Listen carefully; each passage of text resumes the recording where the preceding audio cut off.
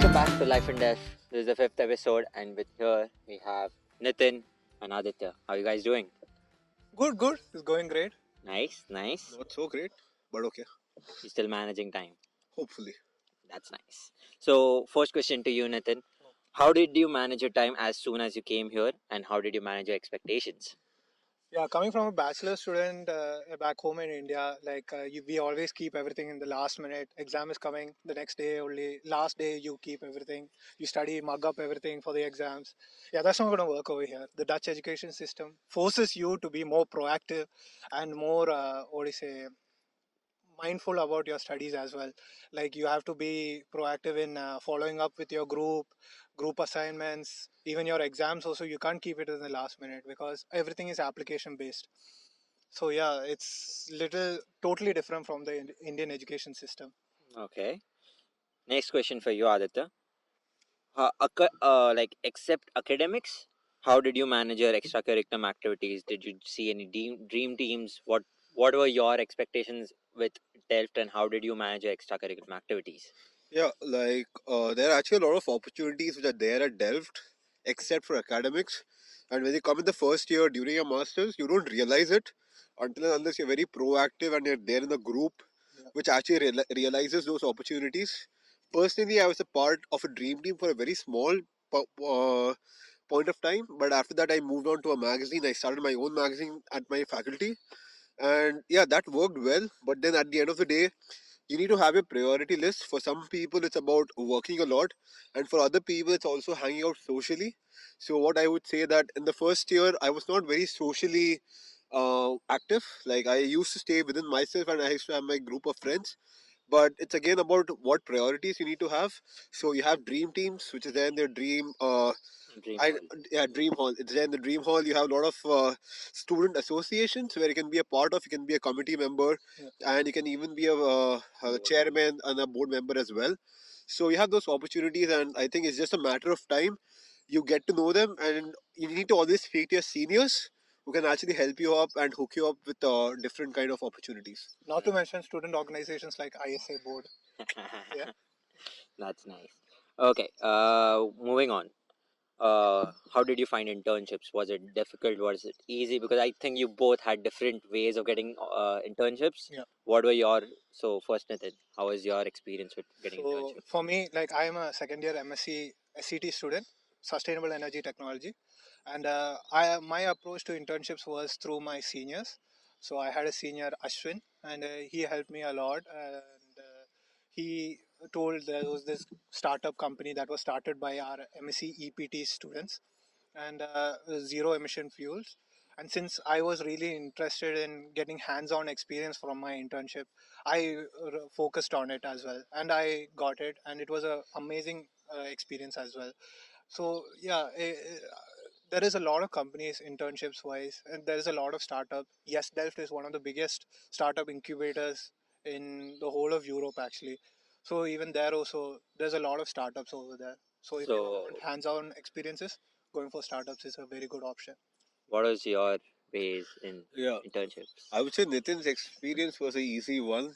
Yeah. I think he was fortunate enough to get it, but then for me, it took something around 8 months to get a land an internship. Yeah. That Whoa. was because the main problem is I never figured out what was the right way to do it. So first it was like, and I was very adamant about what I wanted to do. So I'm a second year master's student studying construction management and engineering, and I had a very specific specialization where I wanted to do my internship. So what happened is that first I was applying through company websites, and that doesn't work. So you need to be more proactive. You need to network on LinkedIn. You need to find more people, like-minded people, who can find you opportunities.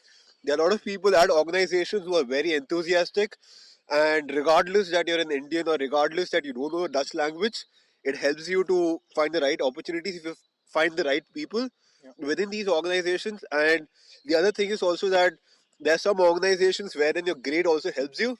So that's again one more area. If you are very good with your grades, some organizations are just for you.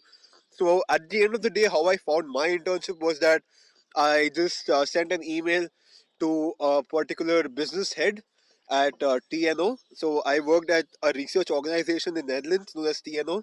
So that's where I did my internship. So I just mailed the head of that particular business line, and I just happened to convince him that I'm the right person for that opportunity. And at the end of the day, they look into much more skills. So it's a more skill based job rather than back in India, which looks at your grade, like a lot of grades and a lot of other Yeah. pointers. So it's more like what kind of person you are, what different kind of coding things you can do. So that matters a lot. So it's more of a whole person who you are. And I would always say that you need to get your CV and your motivation right, which is more related to the Dutch market. Actually, for this, they should also see the recent event which we did for the best practices, because I think Avan really showed a lot of Yeah, yeah. ways how to get through LinkedIn, how to find jobs, and I Yeah, think that would exactly. be For really sure. helpful for anyone who is there in For sure. the Yes. Dutch Even the coming students environment. would find it very helpful, I believe. That's Yeah. right. So you both are second year right students. Yeah. Yeah. How are you managing your thesis? How's your thesis life here in Delft? I can't complain. It is a very good. So I'm doing it with within the university itself with the PVMD group. It's a lab experimental work where we work on silicon air batteries. So that is going a bit on the specifics, but it was a very interesting topic, and I had approached the professor saying that yes, I am very interested in it. And so it's on the topics were in a first come first serve basis. So if you approached him first, obviously he will lock it down for you, and if there's another student coming in, he will tell, yeah, already a student is working on it, and then they will notify you, are you still interested, and then only they will give the other person the other topic. How about you? Again, so after I've done my internship, I knew what to do and how to do it and when to do it. So I approached a company with Royal Haskoning DHV. So Royal Haskoning DHV is a more of an international organization, and I'm a person who likes to experiment a lot. So I wanted to do a different kind of topic which is not taught in my specialization as such. But then I wanted to experiment different things. So I just happened to speak to an enthusiastic individual within the organization. I tried to convince him that yes, I'm the right person for that particular opportunity, and I made my own job there. So I became an intern there, and it was pretty much easier than the internship, whole finding an internship opportunity. But what I would again suggest is that it's a continuous learning curve. You understand and learn from your mistakes, Yeah. what you do during your internship, and you make sure that you don't do it during your thesis search. And as far as thesis life, it is stressful, but then at the end of the day, you end up working on things what you love, what you actually aspire yourself to be in. So I would say that it's indeed very rewarding at the end of the day, but then at some times you do feel very low Yeah. because there are very less people who actually undergo this journey, and yeah, all the strength to them. Yeah. For sure. Wow, there was a lot of good conversation, good knowledge. So coming up to the last question, one advice for the incoming students. um Take it slow. Come here and find out all your experiences, learn from it. There's only so much that you can get the experience, but first hand experience is a different thing, I think. Yeah, look forward to the experiences in Delft. Yeah.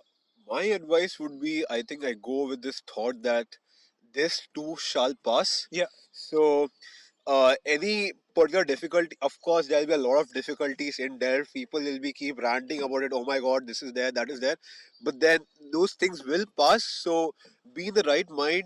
There are a lot of good people over here. Make sure that you make a lot of friends, have a very good social circle, Yeah. as we do at ISA Delft. And so make sure that you have that, and it makes the journey very nice, and it's very rewarding for you to be there over here. That's nice. Yeah.